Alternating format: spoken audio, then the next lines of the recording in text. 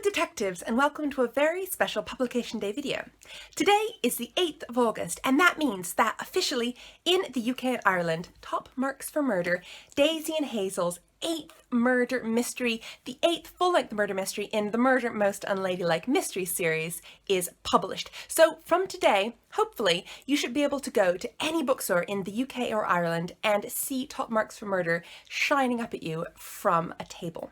And I think you really won't be able to miss it. It's got beautiful illustrations from Nina Tara, who does all of my illustrations. It has beautiful coral sprayed edges as well as a coral front and back, and it even has sparkly gold foil. I think it might be my most beautiful book ever. Now this is a really special book for me, and I know I say that about all my books, but they all have really special places in my heart, and this one is special partly because it is the 8th murder mystery, a number that I never thought I would get to in this series, but also because it is the 3rd murder mystery that has taken place at Daisy and Hazel's school, Deepdean. I started thinking about Top Marks for Murder.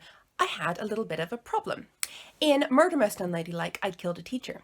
In Jolly Foul Play, I'd killed a student, and I couldn't work out at first what kind of person who wasn't a teacher and wasn't a student there could be at a school who I could maybe bump off in this 3rd Murder Most Unladylike mystery set at Deepdean School. And then I thought about it a bit more, and I realized, of course, I was missing something really obvious. Because there is one group of people who are not students and not teachers who are at school all the time. And that group of people are, of course, parents. Now, because Daisy and Hazel's school is a boarding school, parents aren't around very much, so I couldn't just have them turn up at the school gates one day and start my murder off that way. I had to be a bit more cunning. So I decided that at the beginning of this book, Deepdean is about to celebrate its 50th anniversary, 50 years of being open. And to do that, it decides to invite all of the parents of all of the pupils to come down for the weekend and watch lots of gala performances, have a beautiful dinner, go to a garden party. And that is how the book begins, because as all the parents are coming down, as they're all driving into Deepdean, Daisy and Hazel's friend Beanie looks out of her dorm room window and sees something absolutely shocking. And to tell you what that is, I'm going to read from the very beginning of Top Marks for Murder, Chapter 1, Part 1, when Hazel is explaining what has just happened. I am writing in this new casebook because death has come to Deepdean once again. I'm not quite sure why I'm so surprised, but I am. Perhaps it's because lightning in this case being dead bodies, is not meant to strike twice, let alone several times in the same place. Perhaps it is because the murder has happened at a time when we have all been ordered to be on our best behaviour, in starched and pressed dresses, as good and polite and law-abiding as schoolgirls can be. And, although in the world outside I had begun to feel quite grown up and bold, it's funny how easy it was to fall back into school life once we returned to Deepdean. Over the last 2 days, it has almost been an effort to behave like a detective again rather than just a schoolgirl. And I can see that Daisy has struggled with that as well, although she knows, even more than I do, that this weekend we must detect. This case matters terribly, and if we do not solve it, the consequences will be dreadful. We may even lose Deepdean, the home we all share. Of course, Deepdean has been in danger before, and we've always saved it. But now I really do worry that this mystery may be too much for the school. How can it stay open now that it is the location of a 3rd crime? And what will Daisy and I do if it does not? This case has twisted itself into the most confusing thread Daisy and I have ever had to unravel, and I feel as though anything might happen next.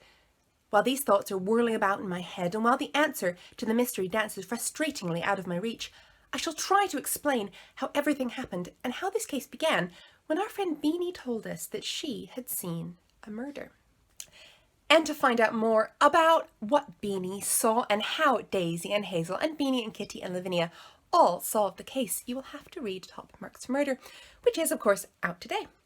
Now, just before I go, I want to say one more thing.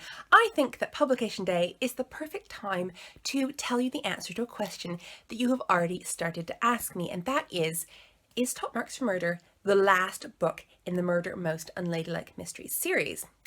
And I can now tell you, officially, that the answer is no.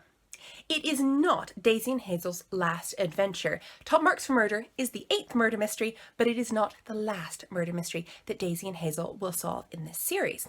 You'll have to wait until September for me to be able to tell you any more about what is coming next for Daisy and Hazel, but I think you'll be really pleased when I finally get to tell you where they're going to go next and what I am writing the next story about.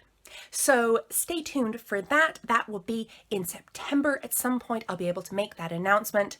But until then, I really hope you enjoy Daisy and Hazel's 8th murder mystery. It's a book that I loved writing and I really hope you enjoy it as much as I did. I'm very proud of it.